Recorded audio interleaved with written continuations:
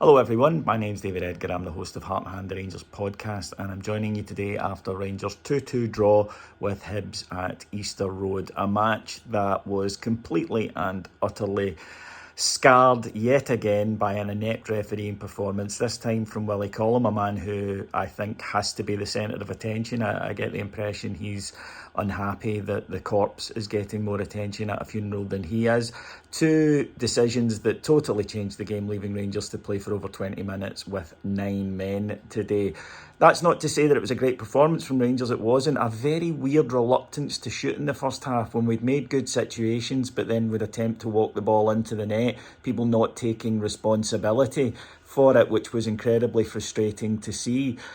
We did though go in with a lead after Bushiri pulled back Cholak in the box and a yellow card for that, which I thought was incidentally the right decision because he's not getting to the ball, so therefore it's not a goal scoring opportunity.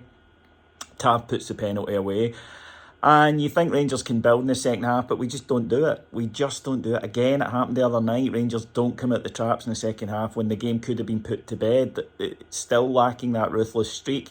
Hibs got back into it. Poor defending from Tav. He lets Yuan go. He gets to the byline, cuts it back for Martin Boyle. We hint of offside, but it would have been marginal. I'll bang on about VAR again because then you clear that up straight away. Rangers did respond though and scored a brilliant goal. Borna Barisic putting in a terrific ball that was absolutely hammered home with a thumping header by Tom Lawrence, who's proven to be a very good acquisition.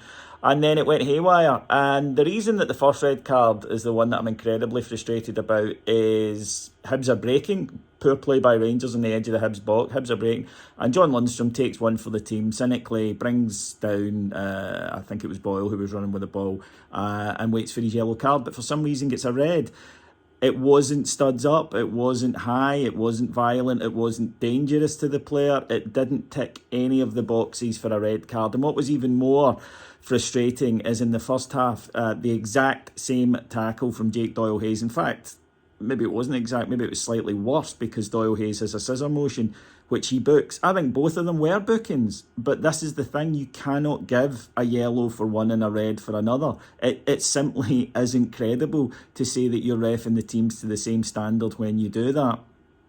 It was then compounded a few minutes later when Alfie gets involved with a Hibs player. He lifts his arm, he's slapping about. Again, I don't think it's a red. This one's more arguable. I'll accept that I've got blue tinted specs on about it. But does he send anybody else in the pitch off for that? I don't think so. I think he's much more likely to have a yellow and a wee stern word to cut it out. You see it in every match. He doesn't have a fist, it's not an elbow. It was silly by Morelos, especially given the circumstances of the game.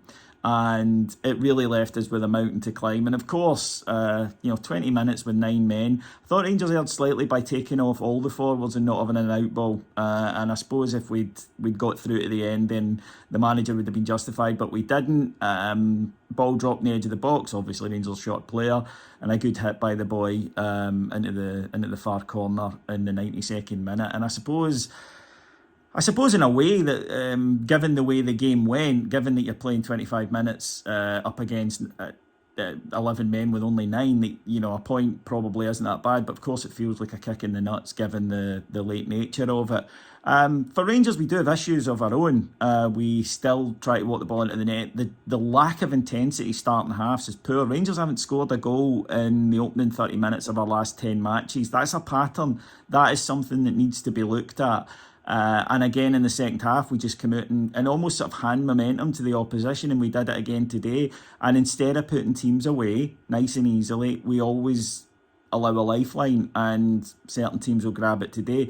But the referee's performance was, the Lundstrom one will definitely be turned over on appeal. Just incredible. How long are we going to put up with these half-wits destroying good football matches? How often are we going to have results completely and materially changed by these Berks on their wee power trips? Willie Collum is a dreadful referee. He shouldn't be anywhere near football matches. Yet here we are. Anyway, going to go and take a wee bit of time to try and get over that. It's not going to be as very straightforward, but I will speak to you all on Wednesday from Eindhoven as we chase a place in the Champions League. Thanks for listening, everyone. Bye-bye.